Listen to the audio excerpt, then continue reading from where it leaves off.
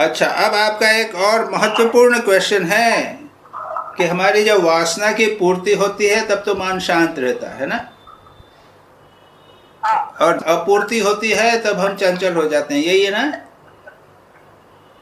उनका ये कहना है कि अगर मन में गुस्सा आया, वासना आई और वो अगर शांत नहीं हुई तो हमारा मन चंचल हो जाता है, तो लोग भी हंसते हैं और हम भी बिगड़ जाते हैं, यही है ना, इसी तरह का यही है ना प्रश्न। तो हमारे कहना है कि ये एक दिन में नहीं होता। याद रखिए, वासना को नाश करना मोस्ट इम्पॉर्टेंट चीज है, वासना को नाश करना है। आपका जो प्रश्न है वो इंग्लिश में आप फिर से पढ़िए तो जरा। अच्छा, मेरे को मिल गया, मैं करता हूँ, पढ़ता हूँ। When our desire gets fulfilled, we get happy. But when our desire is not fulfilled, we get agitated and chain reaction starts. We do know theoretically that if we can control, calm ourselves just for the initial few moments, things will not blow to proportions. How to remain calm, how to remain above this and put this into practice at right time. How to develop समत्व। तो 3 बातें हैं आपके question में। पहली बात यह है, इमीडिएट सिचुएशन जो है उसमें मैं कैसे अपने आप को कंट्रोल करूं, ठीक है ना। तो ये तो आपको प्रैक्टिस के द्वारा होगा। इमीडिएट सिचुएशन अगर आपकी बिगड़ गई तो इमीडिएटली अपने आप को कंट्रोल करने का प्रयत्न करना चाहिए आपको, तो ये प्रैक्टिस के द्वारा होगा। लेकिन दूसरी जो महत्वपूर्ण बात है वो ये है कि अपनी वासनाएं, इच्छाएं, आपने जो प्लान किया था, आप जो करना चाहते थे, अगर उसको आप धीरे धीरे दूर करेंगे, वासना को दूर करना ये एक बड़ी लंबी साधना है। निर्वासना होना ये तो जीवन का लक्ष्य है। माँ शारदा कहती थी कि निर्वासना होने के लिए प्रार्थना करनी चाहिए, प्रे फॉर बिकमिंग निर्वासना। याद रखिए, माँ शारदा बार बार कहती थी निर्वासना होना चाहिए, ये जीवन का लक्ष्य है, इसके लिए प्रार्थना करो। याद रखिए, अगर आपकी वासना पूर्ण हुई है तो कहिए कि भगवान की इच्छा से हुई है। अगर आपकी वासना पूर्ण नहीं हो तो भी कहिए कि भगवान की इच्छा से हुई है। अभी मैंने एक आज के ये किसी ने कहा, वृंदावन में एक किसी भक्त की कहानी सुनाई कि वह आए अखंडानंद सरस्वती के पास में और बड़े खुश हुए थे। क्या हुआ कि मैं जो काम कर रहा था मेरे को बहुत बड़ा नुकसान हो गया। तो कि तुम खुश क्यों हो रहे हो? ये भगवान की इच्छा पूर्ण हुई है। जहाँ उसको कठिनाई हो रही है, जहाँ मुश्किल हो रही है, समस्या हो रही है, वो कहता है भगवान की इच्छा पूर्ण है, बड़ा आनंद में हूँ। ऐसी शरणागति उसके जीवन में थी। कभी हम सोचते हैं तो हमें आश्चर्यचकित हो जाते हैं कि ऐसे भी लोग होते हैं क्या। कभी भी उसके जीवन में विक्षेप नहीं होता था। तो एक तो यह है, भगवान की इच्छा पूर्ण शरणागति की प्रार्थना करो। तो वैराग्य के बिना संभव नहीं होता।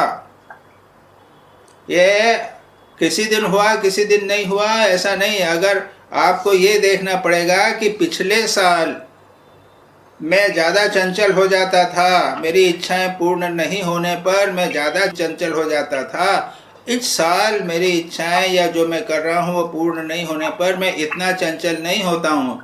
ये यदि देख रहे हो तो तुम समझ जाना कि आप प्रगति कर रहे हो। ठीक है विनोद भाई? अच्छा, वो दूसरा उसके साथ आया समत्व का प्रश्न। तो याद रखिए, सारी गीता का मैसेज है समत्वम योग उच्यते, है कि नहीं? तो वहां पे तो कहा सुखे दुखे समय कृत्वा लाभालाभो जया जयो। सुख दुख में, लाभ अलाभ में, जय पराजय में, शत्रु मित्र में, मान अपमान में, शीत उष्ण में, सब में समत्व कहना है। अपने द्वंद्वों को, सारा संसार याद रखिए द्वंद्वात्मक जगत है। अच्छा बुरा, सुख दुख, शीत उष्ण हमेशा लगे रहेंगे। Is fundamental. ये माया का राज्य में यही चीजें हैं सब की सब। तो ये सदा याद रखिए। और सारे गीता का मैसेज है समत्वम योग उच्यते। ये समत्व। तो आपने जो कहा भाई ये सारे जीवन में यही करना है। अब कैसे करना? तो भक्त की दृष्टि है शरणागत। प्रभु जैसा करा रहे हैं मैं क्या करूं? मैं शरणागत हूं। प्रभु जैसा रखेंगे वैसा मैं रहूंगा। प्रभु ने सुख दिया है तो उसको स्वीकार किया, दुख दिया तो उसी को स्वीकार करा, समझ रहा। ज्ञानी की दृष्टि, अरे ये जगत तो मिथ्या है, ये जगत द्वंदात्मक ही है, इसके पीछे हमारा सच्चिदानंद आत्मा, हमारा जो जीव आत्मा है ना, जैन लोग आत्मा मानते हैं, उसको ये सुख दुख नहीं लगता। तो सदा हमेशा अपने को आत्म तत्व पर या ब्रह्म तत्व पर रखना चाहिए। मैंने तो अपने कमरे में कोटेशन लगा रखा है,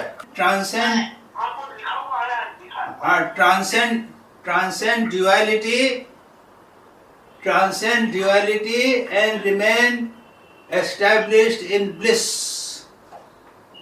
ये द्वंदात्मक जगत को पार करके सदा आनंद में डूबे रहो। दुर्भाग्य यह है कि हमको आनंद मिलता ही नहीं है, परमात्मा का आनंद। लेकिन परमात्मा या आत्मा आनंद स्वरूप ही है।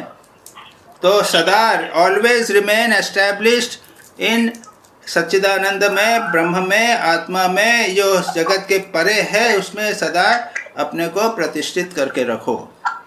अच्छा, और भक्त की दृष्टि से कहा, भक्त तो शरणागत करता है, प्रभु की जैसी इच्छा है। कर्म की दृष्टि से अनासक्त होकर रहो।